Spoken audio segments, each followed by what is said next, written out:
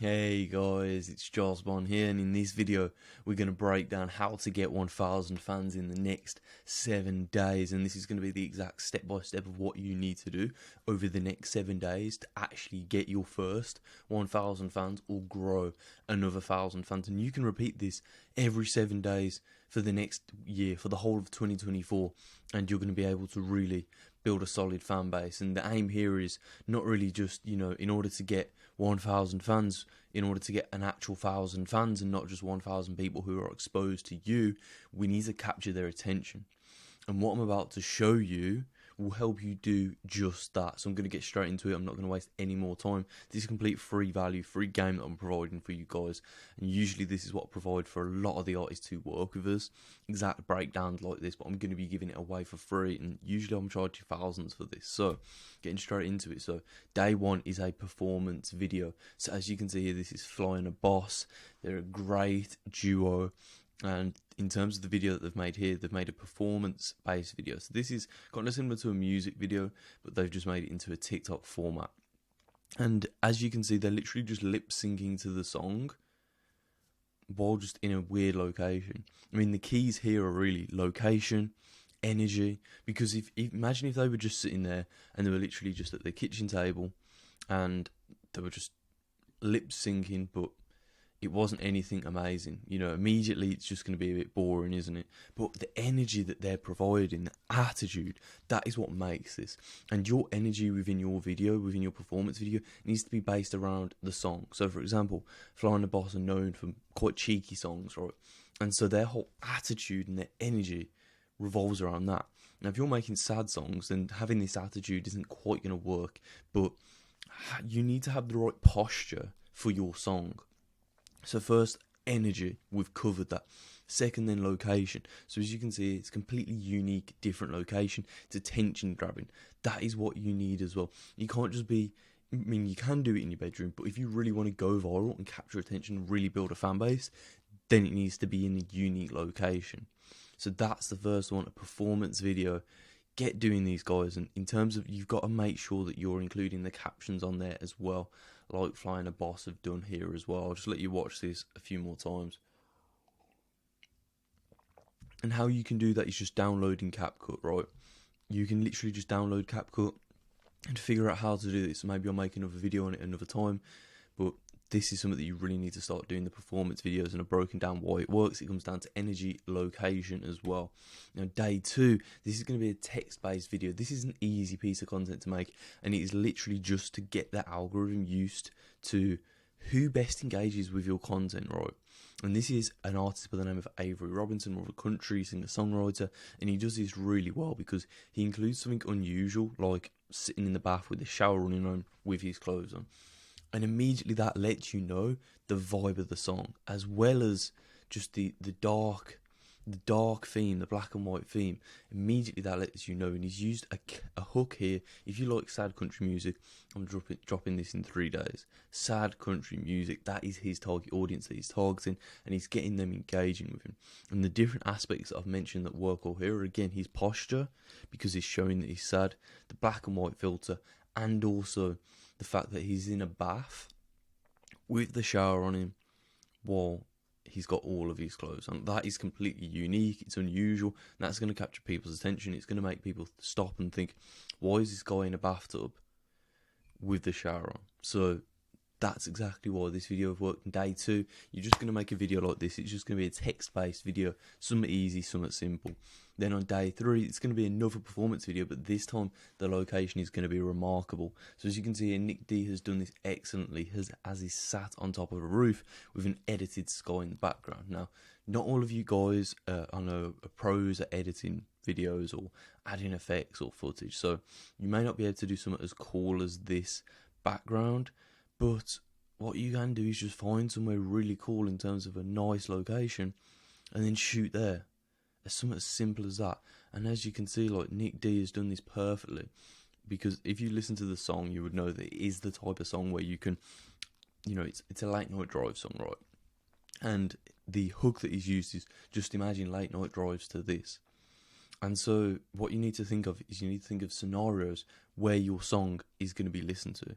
Is it after, you know, you've just broken up with your partner? Is it going to be in the gym? Is it going to be on a late night drive? Like, in what scenarios are your songs going to be used?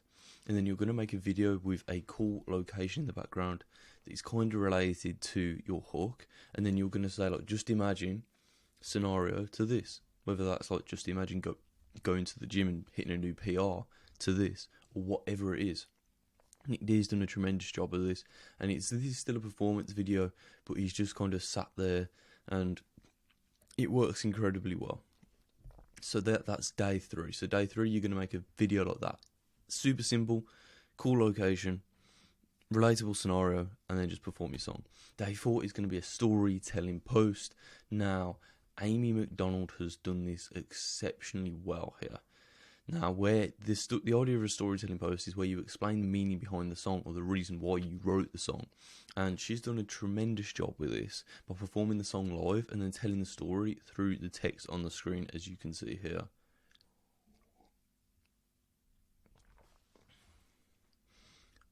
And this is exactly what you're going to do. You're going to do another performance video. This time you're going to put the story on top of it. And that's it. Literally something as simple as that. This works better than just sitting there and saying this is the story behind my new song, because people are getting to hear the song at the same time as when they're reading the story, which works really, really well. So as you can see, she's done a tremendous job of this, and I think, like, if this is how you want to be approaching your storytelling while the song is just in the background, include the text. Or I've seen other people do it where they've said things like the hook is, this could change my life, and then they've gone into the story, and then at the end they've presented like a little sneak 5 to 10 second preview of the song, and you can do it like that as well. But I think this just works way better because the fans get to hear the song at the same time as they get to read about the story. So that's day 4, a storytelling post. Day 5 is going to be an acoustic performance. So this is, now I'm not too sure how you pronounce the name, but I think it's Gabby Sklar, right? I'm probably butchering that, but it is what it is. And what you want to do for day 5 is you want to do an acoustic performance. So this specific artist is just literally doing an a cappella, right? So this can either be with just your guitar, just a piano, or just a melody playing in the background, and your job is to sing or rap over it. You can do it like that, or you can just do it a cappella. A cappella can work tremendously well if you've got really, really good vocals. However, it's not always recommended if you don't. So instead, what you want to do is just strip the song back to just the guitar, just a piano, do that version of the song, and then post that, something as simple as that, and then it's a performance video, but it's like a live performance video. So instead of having the song over the top, it's raw, it's emotional, and people can connect with it. So that is day 5, an acoustic performance. Then day 6 is going to be a behind the scenes. This is just to show them a little bit behind the curtain, because fans love to see the creation of what they love, right? They love to see the creation of their favourite artist and how it all comes together. Now, this is some high budget, high production music video created by this artist here, Stromae, and we're not expecting this from you, right? I don't think anybody is expecting this from you, independent artists, but this is just to give you an idea. You can do split screen where the top one is like how the actual song has come out, and then the bottom one can be 10 seconds after how it was like in recording. You can show the behind the scenes of how the song came about, you in the studio, you know, anything to do with just the process of your artistic, vision, of your song, of your videos, anything. Just make behind the scenes content, because people absolutely love that. This artist here has done it tremendously well by having the split screen. You can see how it came out, but then also what it was actually like when they were recording it. So that's day 6, and that is a behind the scenes video. Then day 7 is a performance video. So this is going to be in the style of a short 15 to 30 second music video. Ants Live, this artist here, did this really well when he rode a horse in the Alps while performing his song. Now, this is remarkable and it's unusual. And of course, not every independent artist has a budget like this. But just take this as inspiration. Just take this as inspiration, these types of visuals. And it's not even about the incredible editing or whatnot. A lot of it is just about the location choice, the choice of props, such as like using a horse while rapping the song, being in that weird location, just things like this, right? And this is the level that you need to be thinking if you want to actually go viral. Now, I know going viral isn't the be all and end all, because at the end of the day, you don't just want to be one of these artists that goes viral but then doesn't have a solid fan base. But this is the level that you need to be thinking of if you want to capture attention, because we are in the attention economy, right? And so you need to be thinking, like, right now, how can I capture as much attention as possible? And so day 7, another performance video, and then you're going to post that, and then you can just repeat that every single day for the remainder of the month. Now that's day 7. Now all these videos includes elements of buzz marketing. Now buzz marketing isn't often spoken about, but what you'll often notice is that every piece of content that goes viral literally has at least one element of the buzz marketing in there. And the 6 elements are: number 1, the taboo. So this is about, sex, lies, bathroom humour. That's what it's defined as, really. And I think taboo can also be considered as controversial. Essentially, we want to give people something that they can, debate about in the comments section. Ants Live did this really well by saying, if you see here, I've seen so many UK rap videos that look exactly the same, I had to do something different. Even though it's true, it's also quite controversial. So that's the taboo. Second is the unusual. I think this can be considered unique. Like, unusual is unique because the goal is to create something that stands out from what everyone else is doing. And sometimes the best way to do this is to look at what everyone else is doing, just do the complete opposite. Literally, I'm going to say it again because I don't think you guys know how effectively that can work. It's look at what everybody else is doing and do the complete opposite.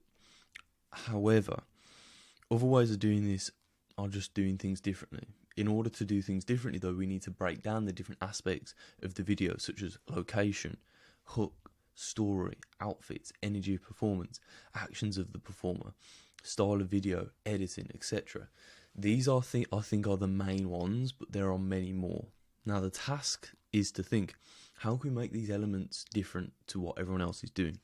So again, bringing Ants Live back to it, he did this really well because he saw everyone else was making music videos with flashy cars, bulldogs within a council estate, and instead he made one with a horse in the Alps, which is just like completely unique. So think of all the things that in your genre, and oftentimes they'll be to do with location, the story of the video, outfits, energy of the performance, actions of the performer, style of the video, and the way it's edited. And then let's make it unique, let's make it different, let's do the opposite, and that's how you're going to stand out. And then 3, the outrageous. In the actual book, Buzz Marketing, it does say outrageousness for the sake of it won't build connection with your fans. So outrageous content needs to be connected to your brand and the song. So there was an artist by the name of Futuristic who did this by going into Chipotle and blasting his song really loud until the manager kicks him out. This is outrageous, and it is connected to his music because he's playing his music, right? Like, that is connected to it. If he was just to go into Chipotle and start screaming and shouting for no reason, he might go viral, but people wouldn't know him for that artist. So, before the humour, the hilarious, this can work to your advantage if done correctly, and also it can work to your disadvantage if it's done wrong. Alright? So it is hard to pull off. The trick is you can't just be funny for the sake of being funny. You have to give them a takeaway, and it has to be something that will get people talking about it. Connor Price, you may know him. He does a great job with humour-based content as he records skits and always adds something funny into them. Now, I've seen plenty of artists they've made skit-based content, but it has just, like, it's not funny. And the problem is with that is then people will cringe at it, and then that'll impact your kind of perception wrong. So it's like humorous. If you're not 100% funny, then it's probably best to avoid that. Then 5th, the remarkable. This is all about being better than average or ordinary. Really, it's about doing things extremely well at an extremely high level. For example, everyone else in the music space is creating average content of them performing their song in their bedroom with their old iPhone, but the content that he's doing really well takes that to another level. And Ants Live did this really well because the quality of the music video and the editing is second to none. The remarkable aspect is why sometimes you may see a song go viral without much marketing. It's because the song is usually unique, but mainly it is remarkable. In my opinion, though, this is the least effective one because there is too much competition now. There are a lot of people making remarkable songs and content, so that's why it's important not to rely on it. And then 6, the secrets. These involve both kept and revealed secrets. I mean, the idea behind this, right, is that human nature has given us a desire to learn about things that are hidden and secretive. We want to know more about something that is mysterious. And one of the most standard ways of doing this is with behind the scenes content, or show a select group of fans a teaser to the new song to make them feel like they're insiders getting the secret. So that's the 6 elements of buzz marketing. You should aim to include at least one element of buzz marketing in all of your content, because this will give you a much higher chance of going viral, or at least building a fan base. And so those are the exact 6 secrets, the 6 buzz marketing elements that you need to create in your content. And those are the 6 posts for the next the 7 posts for the next 7 days for you to actually build a fan base of 1,000 fans. So I hope you found this useful. If you did, then hit subscribe, and yeah, we'll talk soon. Speak soon.